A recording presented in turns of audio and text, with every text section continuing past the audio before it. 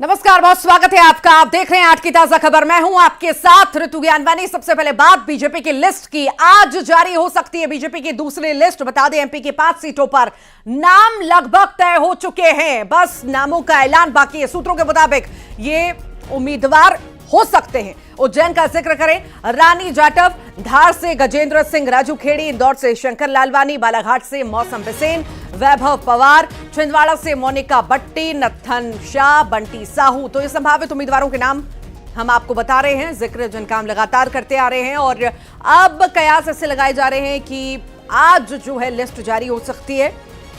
जो बचे हुए नाम हैं, 5 नामों का ऐलान आज हो सकता है। जिन नामों पर, जिन जगह पर लगातार मंथन हुआ, उन पर आज ऐलान बीजेपी कर देगी। क्योंकि लंबा समय लगा, कल भी बैठक हुई, परसों भी हुई, लगातार बीजेपी की बैठकें चल रही थी। और अब ऐसे कयास लगाए जा रहे हैं कि आज जो है नामों का ऐलान हो जाएगा कि आखिर इन 5 सीटों पर कौन कौन होंगे।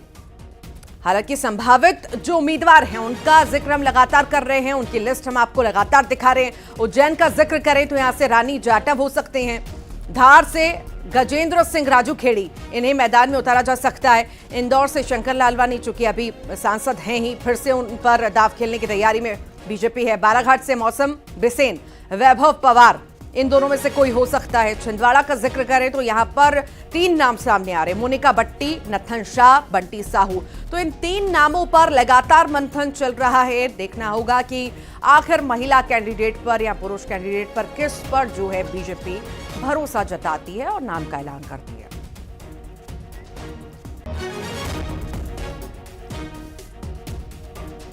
तो आज बीजेपी की दूसरी लिस्ट जारी हो सकती है। लगातार मंथनों का दौर चला, बैठकें हुई और अब ये कयास लगाए जा रहे हैं कि आज बीजेपी अपनी दूसरी सूची जारी कर देगी। ज्यादा जानकारी के लिए सहयोगी वासु चौरी भी जुड़ गए हैं, उनसे भी जानकारी लेंगे। वासु, लगातार मंथन चला, लंबा मंथन चला इन 5 सीटों को लेकर के, और अब यही कयास है कि आज इन 5 नामों का ऐलान हो सकता है।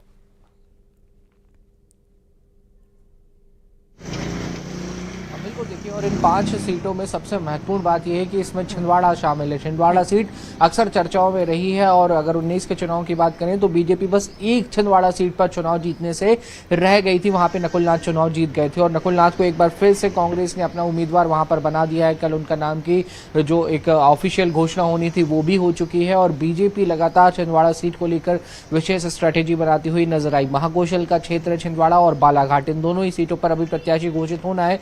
लगातार कई नाम जो हैं वो सामने आ रहे हैं। बालाघाट से मौसम बिसेन का नाम सामने आ रहा है, जो बीजेपी के वरिष्ठ नेता गौरी शंकर बिसेन की बेटी हैं। और वहीं अगर आप छिंदवाड़ा को देखते हैं तो बंटी साहू, नत्थन शाह, मोनिका बट्टी जैसे जो नाम है वो वहां पर सामने आ रहे हैं। इन सभी पर मंथन जो है वो किया जा रहा है और जल्द ही एक नाम की जो घोषणा है वो हो सकती है। अगर इंदौर की हम बात करें तो मालवा अंचल है, ये लगातार बीजेपी का बड़ा गढ़ रहा है। शंकर लालवानी जो सिंधी समाज से आते हैं वो यहाँ पर मौजूदा सांसद हैं। हाल ही में सीए का जिस तरीके से अमेंडमेंट हुआ है तो इसके चांसेस और बढ़ गए हैं कि सिंधियों के प्रतिनिधित्व के तौर पर शंकर लालवानी को एक बार फिर से इंदौर से मौका दिया जा सकता है। हालांकि बीजेपी इस सीट पर किसी अन्य चेहरे को भी उतार सकती है, क्योंकि जिस तरीके से देखा गया है बीजेपी कई तरीके के प्रयोग करने के लिए जानी जाती रही है। दूसरी सीट की अगर हम बात करें तो मालवा की, वो है उज्जैन। उज्जैन अभी काफी चर्चा में रहती है क्योंकि बाबा महाकाल की नगरी है और एक धर्म का, आस्था का बड़ा केंद्र उज्जैन को माना जाता है। तो यहाँ पर भी किसी महिला उम्मीदवार को उतारने की जो चर्चा है वो लगातार चल रही है, क्योंकि बीजेपी ने लगातार ये दावा किया है कि महिलाओं को हम प्रतिनिधित्व देने का काम करेंगे। तो बालाघाट और उज्जैन में से किसी एक सीट पर महिला चेहरा भी जो है वो सामने आ सकता है। और धार को लेकर भी लगातार जो मंथन का दौर है वो चल रहा है। कई दौर की जो बैठकें होनी थी वो हो गई हैं और बीजेपी ने जिस तरीके से टारगेट सेट करा है कि मध्य प्रदेश की 29 में से 29 सीटों पर इस बार चुनाव जीतना है, लिहाजा यही कारण है कि लगातार क्षेत्रीय समीकरण हो, जातीय समीकरण हो, सियासी तौर पर अगर देखें तो जो मैनेजमेंट करना होता है, जो फील्डिंग बैठानी होती है, उसको लेकर बीजेपी ने मंथन किया है। और सूत्रों के हवाले से जानकारी भी जरूर मिल रही है कि तमाम ये पूरी प्रक्रिया है उनको पूरा कर लिया गया है। बस जो दूसरे राज्य हैं जहां की सीटों के साथ एमपी की सीटों की घोषणा होगी, उनका एक बार जो ड्राफ्ट है वो फाइनलाइज हो जाएगा और किसी भी वक्त जो सूची है वो आज या कल में जारी हो सकती है। जी ठीक वासु, बहुत बहुत शुक्रिया फिलहाल जानकारी साझा करने के लिए। आप लगातार बने रहिएगा, फिर आपके पास लौटूंगी जानकारी के लिए। आगे बढ़ते हैं और अब बात करते हैं लोकसभा के लिए कांग्रेस ने जो दूसरी लिस्ट जारी की है उसका जिक्र करते हैं। इस लिस्ट में एमपी के 10 प्रत्याशियों के नाम हैं। इनका ऐलान कर दिया गया है। छिंदवाड़ा से नकुलनाथ पर पार्टी ने दोबारा दाव लगाया है। वहीं मंडला से ओमकार मरकाम को टिकट मिला। फूल सिंह बरिया को भिंड से टिकट दिया गया। सीधी से कमलेश्वर पटेल को मैदान में उतारा गया। सतना से सिद्धार्थ कुशवाहा जबकि टीकमगढ़ से पंकज अहिरवार को प्रत्याशी बनाया गया है। तो दूसरी लिस्ट जो है बीजेपी ने तो जारी कर दी और पहली जो सूची है कांग्रेस की तरफ से जारी हो चुकी है और पहली सूची में 10 नाम सामने आए हैं। अभी और जो है मंथन कांग्रेस में चलेगा और बाकी जो नाम हैं वो शायद और समय लगे आने में, क्योंकि लंबा वक्त लग रहा है।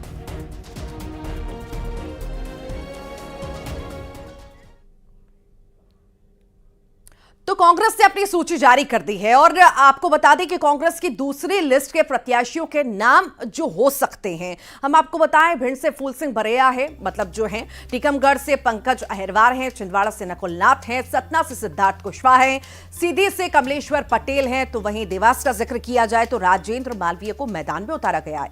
खरगोन से पोरलाल खाते हैं, मंडला से ओमकार मरकाम हैं और धार से राधेश्याम मोवेल हैं, जहां पर अभी बीजेपी ने उम्मीदवार नहीं उतारा है। बैतूल का जिक्र करें, रामू टेकाम है। तो ये तमाम वो नाम हैं जिनका हम जिक्र कर रहे हैं, जिन्हें मैदान में कांग्रेस के द्वारा उतारा गया है। लंबा मंथन चला, क्योंकि बीजेपी ने जिस तरह के दिग्गजों को मैदान में उतारा है, जिस तरह के कैंडिडेट मैदान में उतारे हैं, तो चुनौती कांग्रेस के लिए बहुत बड़ी हो चुकी है और कांग्रेस को जो है लंबा मंथन करना पड़ रहा है कि आखिर ऐसा किसे मैदान में उतारा जाए जो फतह कर कर आए। तो यही चीजें हैं। आगे बढ़े और हम जिक्र करें 29 सीटों का। बीजेपी ने एमपी के 29 में से 24 सीटें पर जो है प्रत्याशियों का ऐलान तो कर दिया। अब जबकि कांग्रेस की लिस्ट आ गई है तो जानते हैं कि किन के बीच मुकाबला होना है। इनकी भी जानकारी हम आपको दे देते हैं। भिंड का सबसे पहले जिक्र करते हैं। यहां पर फूल सिंह बरिया और संध्या राय, इन दोनों के बीच मुकाबला रहेगा। ये ग्राफिक्स के जरिए आपको हम समझाने का प्रयास कर रहे हैं। फिर वहीं टीकमगढ़ का जिक्र करें, वीरेंद्र खट्टेक है, पंकज अहिरवार है, इन दोनों के बीच का मुकाबला रहेगा। सतना में गणेश सिंह और सिद्धार्थ कुशवाहा ये मैदान में रहेंगे, आमने सामने रहेंगे। सीधी का जिक्र करें तो यहां से राजेश मिश्रा तो कमलेश्वर पटेल ये मैदान में रहेंगे। देवास का जिक्र कर लेते हैं, महेंद्र सिंह सोलंकी, राजेंद्र मालवीय ये मैदान में रहेंगे, आमने सामने रहेंगे। इन दोनों के बीच मुकाबला है। खरगोन का जिक्र करें तो गजेंद्र पटेल हैं और पोरलाल खाते हैं। इन दोनों के बीच में कड़ा मुकाबला हमें देखने को मिलेगा। वहीं मंडला है, फग्गन से गुलस्ते हैं, ओमकार मरकाम उनके सामने रहेंगे। बैतूल में दुर्गादास उइके हैं और उनके सामने रामू टेकाम रहेंगे। तो इनके बीच मुकाबला है। जो लिस्ट जारी हुई है कांग्रेस और बीजेपी की, उन दोनों प्रत्याशियों के बीच के मुकाबले किस किस के बीच में रहेंगे, क्या क्या नाम है, उनका हमने अभी जिक्र किया। आगे बढ़ते हैं। एमपी में आज से बीजेपी का बूथ विजय अभियान शुरू होने जा रहा है और हर बूथ पर वोट बढ़ाने का लक्ष्य बीजेपी का है। 10 दिनों तक रोजाना 2 घंटे बूथ पर रहना होगा। बड़े नेताओं के साथ हर कार्यकर्ता बूथ पर जाएगा। 23 मार्च तक बीजेपी का बूथ विजय अभियान चलेगा। मुख्यमंत्री, प्रदेश अध्यक्ष, लोकसभा प्रदेश प्रभारी, सह प्रभारी, प्रदेश संगठन महामंत्री, मंत्री सहित पार्टी पदाधिकारी और कार्यकर्ता 10 दिनों तक हर दिन 2 घंटे बूथ पर रहेंगे। प्रदेश के 41 लाख कार्यकर्ता 64,523 बूथों पर वोट जो है बढ़ाने के लिए पहुंचेंगे।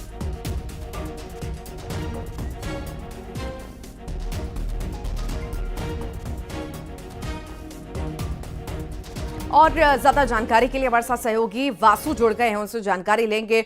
वासु, यही चीज कहीं ना कहीं बीजेपी को खास बनाती है कि अलग अलग तरह के अभियान चला करके शायद लोगों में जागरूकता फैलाना और अपने जितनी भी कार्य किए गए हैं, योजनाएं गिनाना, ये बड़ी बातें हो जाती हैं। और जिस तरह से अब बूथ विजय अभियान की शुरुआत हो रही है, लोगों के बीच, चाहे वो मुख्यमंत्री हो चाहे आम कार्यकर्ता हो, सभी जाएंगे, तो इसका असर स्वाभाविक तौर पर हमें देखने को भी मिलेगा।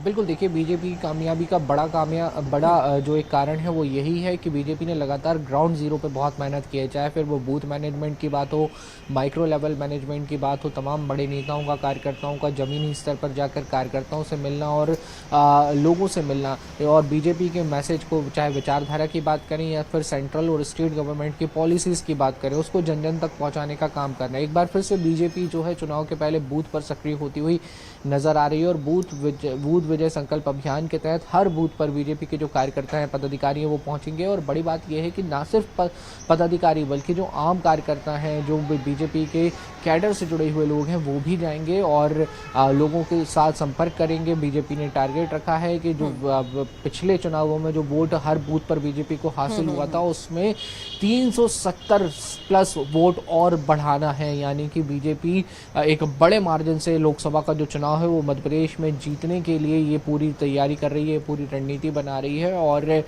बीजेपी ने लगातार पिछले चुनाव में भी, अगर हम बात करें विधानसभा के चुनाव में, तो वहां पर भी बूथ लेवल पर स्ट्रैटेजी बनाकर काम किया था। और यही वजह है कि एक लंबी सत्ता के बाद, जहां एंटी इनकम्बेंसी की बात हो रही थी, तमाम तरीके के विरोधों की बात हो रही थी, उस सारे माहौल के बीच भी 163 सीटें लाने में बीजेपी कामयाब हुई थी। तो अब उसी फॉर्मूले को बीजेपी लोकसभा के चुनाव में भी दोहराती हुई नजर आ रही है। और आपने बिल्कुल ठीक कहा, जब प्रदेश अध्यक्ष जाते हैं, मुख्यमंत्री, तो ग्राउंड जीरो पर पहुंचने का कहीं ना कहीं फायदा हमेशा से बीजेपी को मिलता रहा है, और शायद यही है कि फिर से ग्राउंड जीरो पर जाने की तैयारी में बीजेपी है, और इसका साफ तौर से फायदा हम शायद लोकसभा चुनाव में देखेंगे भी। फिलहाल बहुत शुक्रिया वासु, जानकारी को साझा करने के लिए।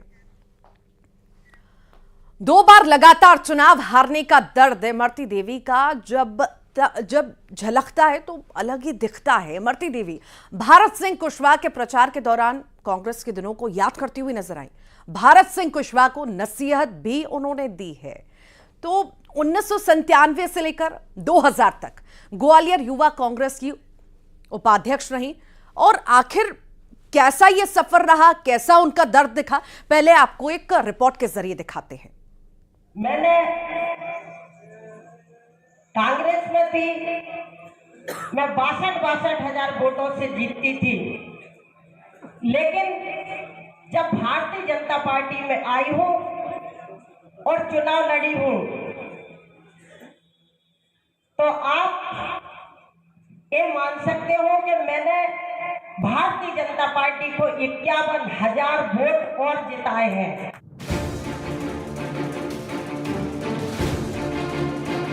पहले उपचुनाव और फिर 2023 का विधानसभा चुनाव, दोनों चुनाव में हार के बाद इमरती देवी का फिर दर्द छलका। हालांकि उन्होंने बीजेपी के वोट बढ़ाने की जरूर बात कही, साथ ही कहा कि लोकसभा प्रत्याशी भारत सिंह कुशवाहा को डबरा विधानसभा से 51,000 वोटों से जिताने की भी बात कही। हमारे सांसद जी 6-7 हजार वोट से जीते थे, लेकिन ये तो 51,000 अपन को भारतीय जनता पार्टी में ज्यादा मिल गए। तो आपको डबरा से 51,000 वोट से जीतना चाहिए। इमरती यही नहीं रुकी, उन्होंने बीजेपी प्रत्याशी को नसीहत भी दी, साथ ही बीजेपी में गुटबाजी के संकेत भी दिए। मैं चाहती हूँ कि आप ऐसे लोगों से बचें जो मंच पर खड़े होकर कहते हैं भारतीय जनता पार्टी हमारी माँ है, और जब माँ का टाइम आता है तो लाते मारते हैं। माँ तो माँ होती है।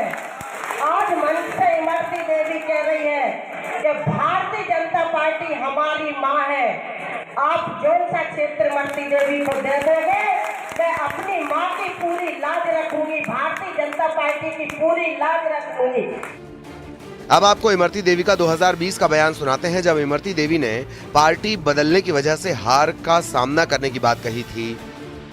हम बता रहे हैं आपसे, जब हम राजनीति में निकले ना डबरा में, हम 2004 में जिला पंचायत सदस्य बन गए थे, और 2008 से अभी तक विधायक रहे, अब 20 में हार गए। तो क्या पार्टी बदल रही ना, इसलिए हमें कोई नहीं हराता। इमरती देवी के नए बयान ने उनके पुराने बयान की याद दिला दी। इमरती देवी ज्योतिरादित्य सिंधिया की कट्टर समर्थक मानी जाती हैं। सिंधिया के बीजेपी में जाने के बाद उन्होंने भी बीजेपी ज्वाइन कर ली थी, लेकिन उनकी सियासी किस्मत तब से चमक नहीं पा रही, और शायद यही दर्द है जो उनकी जुबान पर आ जाता है।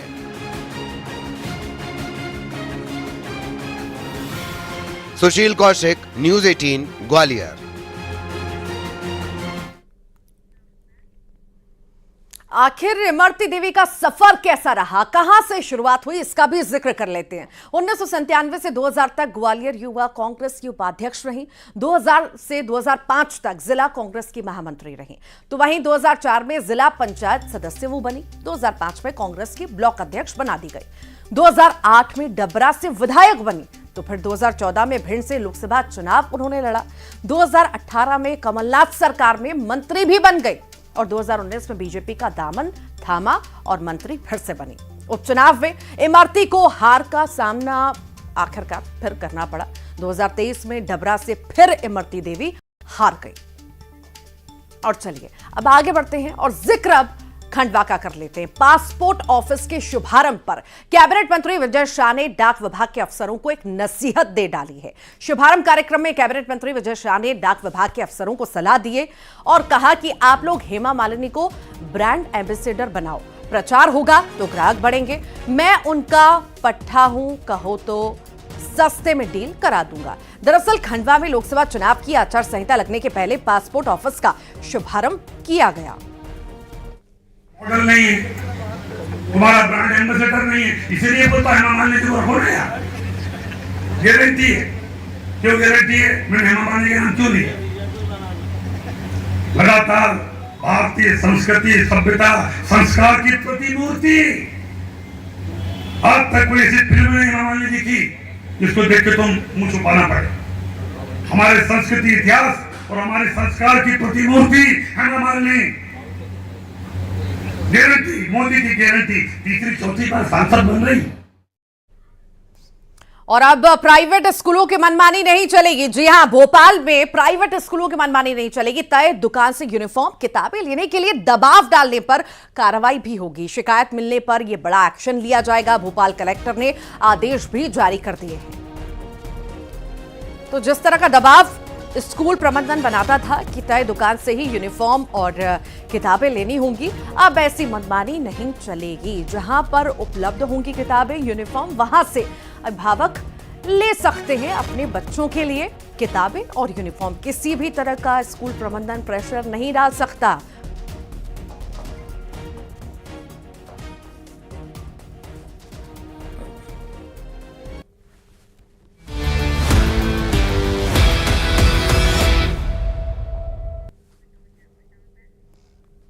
और आइए अब देखेंगे चुनाव 24। लोकसभा चुनाव